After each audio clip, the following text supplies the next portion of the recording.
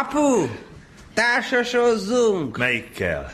A Hungaropolival, amit a nagypapától kaptunk. Jaj, nem már pont azzal, hát csak a család 2/3 játszhat. Apu, na! Jaj, de kisfiam, a játékszabályban csak a preambulum 12 oldal. Nagypapa már annyiszor olvasta, hogy már tudom kívülről. Államalapító királyunk is játszott kinevet a végén, erre való tekintettel a nemzeti együttműködés egyében állapítjuk meg ezen társasjáték szabályait. Na jól van. Oké. Az kezd, aki a legnagyobbat dobja, és aztán még dobhat 5-ször.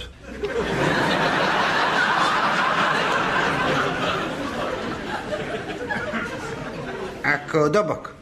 6-os. Na fiam, a reptére léptél, amit átkereszteltek Liszt Ferencre, hogy ne találjon ide az IMF delegáció. Fizes 1 hónapra 4 havi törlesztőt. Mi az a törlesztő? Az a pénz, ami miatt nem kaptál karácsonyi ajándékot. Most én jövök. 3. 1, 2, 3. Egyetem. Voltál olyan buta, hogy egyetemre mentél, fizes 600 000 forintot. És megint, és megint, és megint. Apa, elfogyott már most a pénzed. Majd kérek kölcsön a banktól, ha arra a mezőre lépek. Vagy ha valaki a providentes bábúval van, és az én mezőmre lép. De most te jössz. 2. Bíróság. Bíróságra kerültél, de ne aggódj, mert minden bíró elmúlt 62 éves. Kétszer tetszés szerint csalhatsz.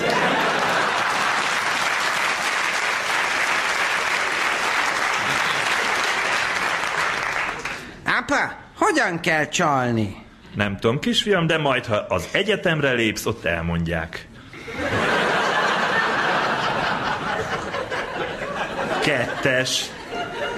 Mi ez a hatalmas piros nyíl, apu? Visszatértél rokkant nyugdíjból.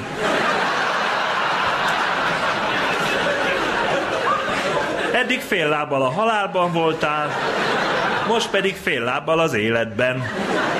Szögdelj hátra 74-et.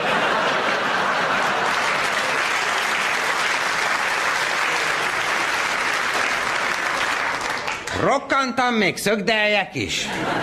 Pedig eleve az egylábú bábúval játszom. Hú, nézd, apu, magánnyugdíj pénztár.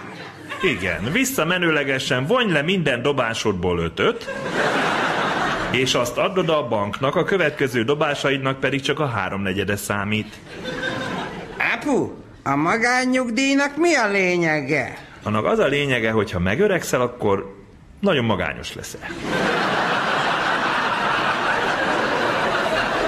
Csak magadra számíthatsz, mint Rambó. Addig viszont fizethetsz az államnak. Ez olyan, amikor én veszek anyádnak egy ruhát, ami mindenkinek tetszik, és a végén a szomszéd bácsinak szerez vele örömet. Na, dobok 5 választásos mező, most dobnod kell a kompenzációs dobókockával is.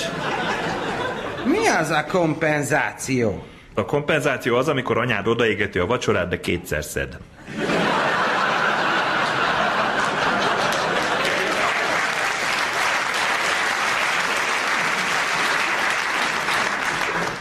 Aha. Apu, a füstölős mezőre léptél. Nem is lehet látni semmit. Metrón utaztál. Elkéstél, kigyulladtál, megbüntettek, újra kigyulladtál, lépj vissza 2 mezőt. Így jártam. De jó, most egy másik megállóba kerültem. Kossuth tér. Megláncoltak az LMP-sek, lépj a gyorskocsi utcára. Na most már te jössz. 7. Ám meg hogy lehet? Ez a kormánypárti dobókocka. Mindig van benne egy lépés előny. Aha, és mi ez a szó itt áthúzva, apu? Köztársaság. Átnevezték az országodat, elrontották a személyidet, most már román-magyar állampolgár vagy, szlovák menekült státusszal Szerbiában, lépj egy szerencsemezőre.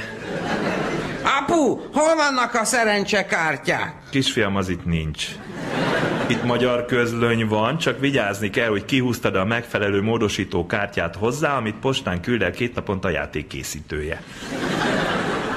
Apu, olvasd el, mi van a szerencsekártyán. Jól van, add ide. Egy kulcsos adóval adóztál, adjál módosabb játékos társadnak 3000 forintot.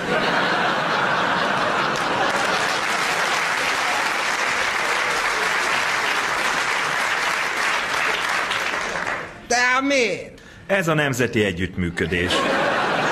A szegények segítenek a gazdagoknak, hogy nehogy ők is szegények legyenek. Ezért több adót fizetnek.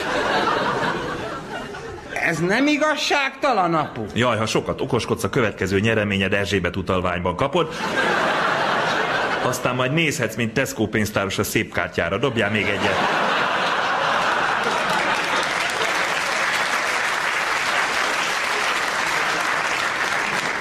Hoppá, mi ez a növény itt?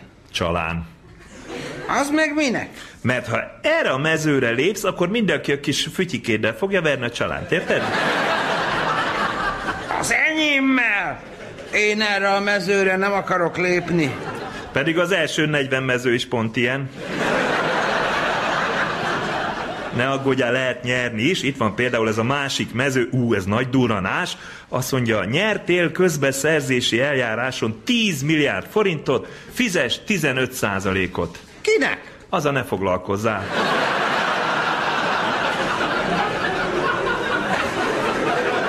Egy nokiás dobozba beleteszed, és vagy a cúslág, vagy a hagyómezőn kell hagynod.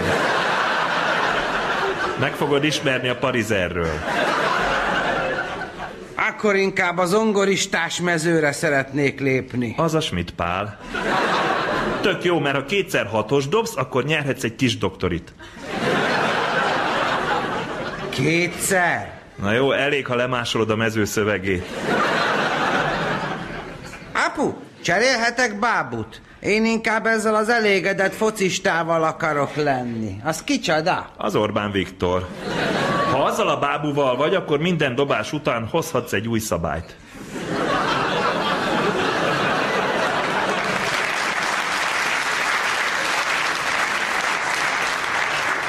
És miért? Bármilyet. De nézd, csak itt van például ez a másik bábú. Na, ez melyik? Ez a Gyurcsány Ferenc. Neki az a képesség, hogy nem lépni kell vele, hanem táncolni. Ha már az elején ezt választottad volna, a kezdő dobásnál rögtön az avasi lakótelepre léphettél volna. Igaz, ha az elszámoltatás mezőre lépsz, akkor 8 évig kimaradsz a dobásból, vagy választhatsz magad helyett valakit, aki kimarad. De apu, amúgy egy ilyen Magyaropoli mennyi ideig tart? Sokáig, ez például 89 óta.